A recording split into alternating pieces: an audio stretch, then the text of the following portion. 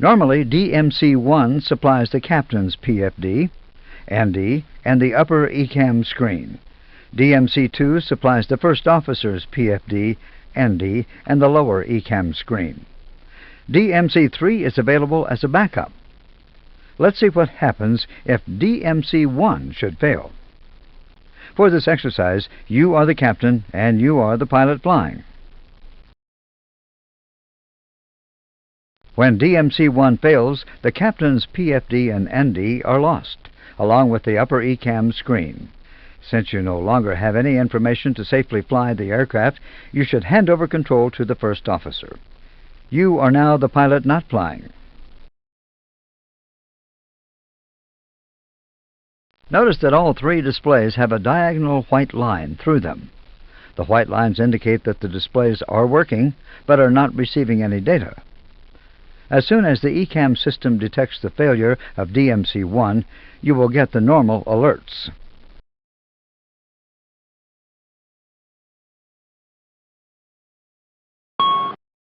You hear a single chime and see the master caution light. Cancel the master caution.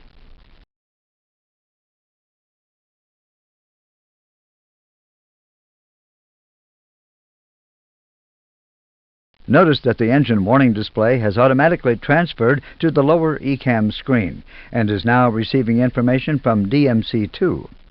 So that you can carry out the ECAM procedure, we will bring up the lower part of the engine warning display and the switching panel for you.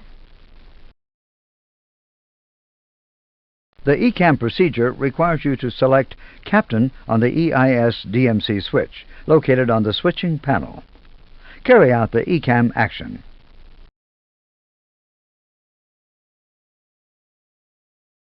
DMC-3 will now supply information to the three displays, and the EWD is automatically transferred back to the upper ECAM display.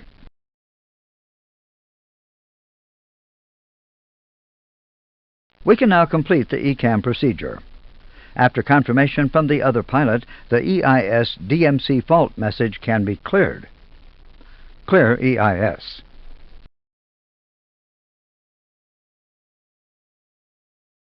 The line on the engine warning display is cleared, and the status page automatically called. There is a memo to tell you that the configuration of the switching panel is non-standard. Notice the inoperative DMC-1 is shown on the status page. After review of the status page by both pilots, the ECAM procedure can be completed. Clear status.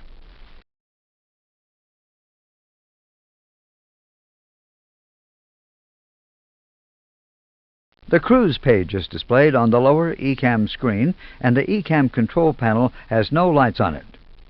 A boxed status message appears on the EWD to remind you that there is a message on the status page. This completes the procedure for a DMC-1 fault. ECAM complete, screens normal.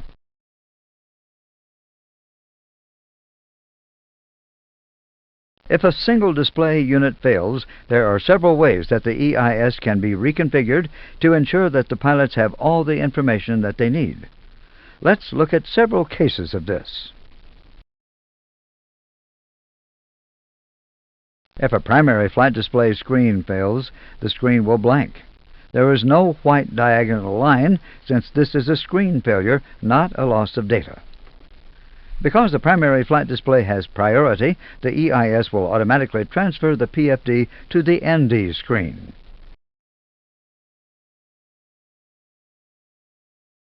If a navigation display fails, no automatic transfer takes place. If required, the PFD-ND transfer switch can be used to manually transfer navigation information to the PFD screen.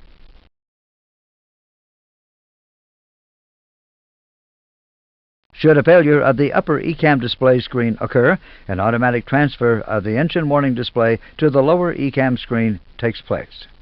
Like the PFD, the EWD has priority over the system display, SD.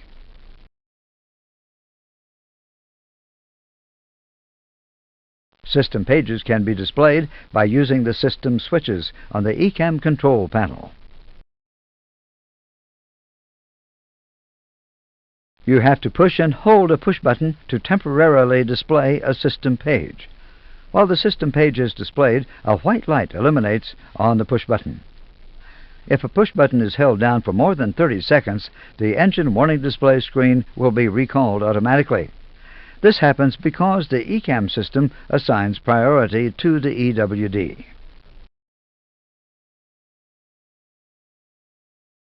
As soon as the push button is released, the light goes out, and the EWD reappears on the lower ECAM screen.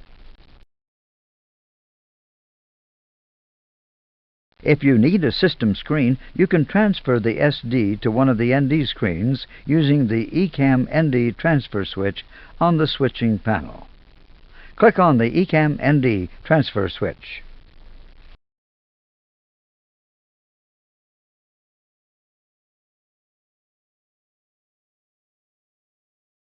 By selecting the ECAM ND transfer switch to First Officer, the system display has been transferred to the First Officer's navigation display screen.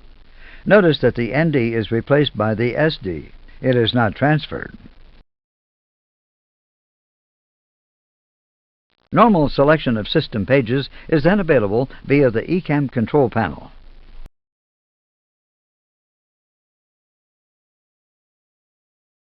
In the unlikely event that both ECAM displays fail, the ECAM ND transfer switch can be used to display the engine warning display on one of the navigation display units. Click on the ECAM ND transfer switch.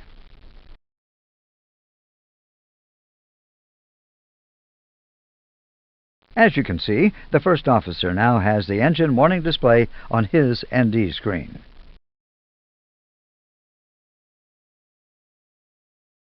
If you need to look at a system page, this can be done by pressing and holding the related system page push button on the ECAM control panel for a maximum of 30 seconds. As soon as the system push button is released, the engine warning display returns and the light on the ECAM control panel is extinguished.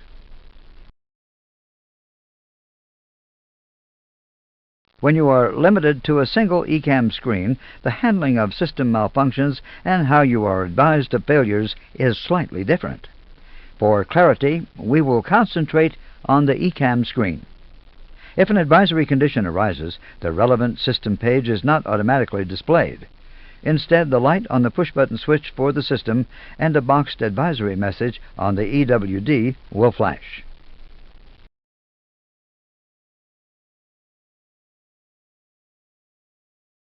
If an ECAM warning or caution is triggered, then there will be no automatic display of the relevant system page.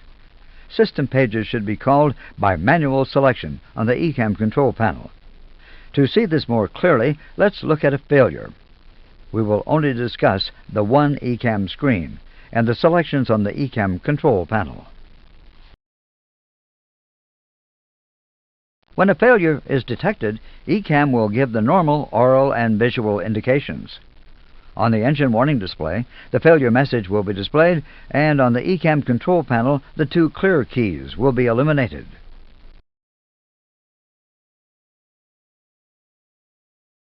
By looking at the underlined system title, you can see which system page needs to be viewed. In this example, the fuel page push button should be selected and held on the ECAM control panel. The system page can be studied to provide more information about the failure, and then the push button released. The engine warning display returns, and the ECAM actions can be carried out. We will do these actions for you.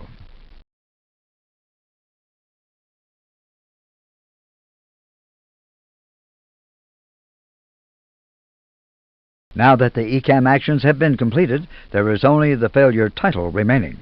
To confirm what effect the actions have had on the system, reselect the fuel page on the ECAM control panel. Call the fuel page.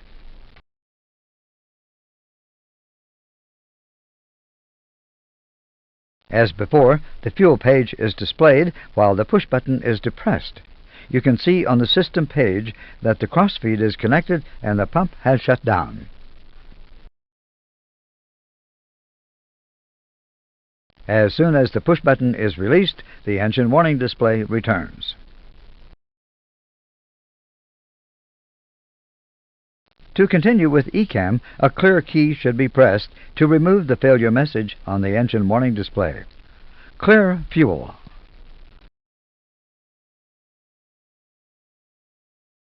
Normally, the status page would be displayed, but with only a single ECAM screen available, the status page must be manually selected. Notice that there is a boxed STS symbol on the engine warning display. The status push button should be held down and the status page reviewed. The status page can be displayed for up to 3 minutes before an automatic return to the EWD occurs.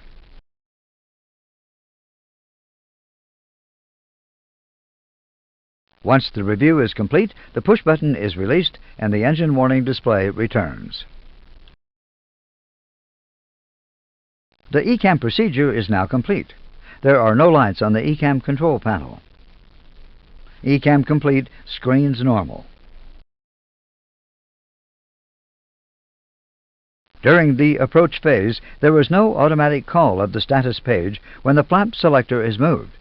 To remind the pilots to review status, the boxed STS symbol on the engine warning display pulses. The status page should be selected as before.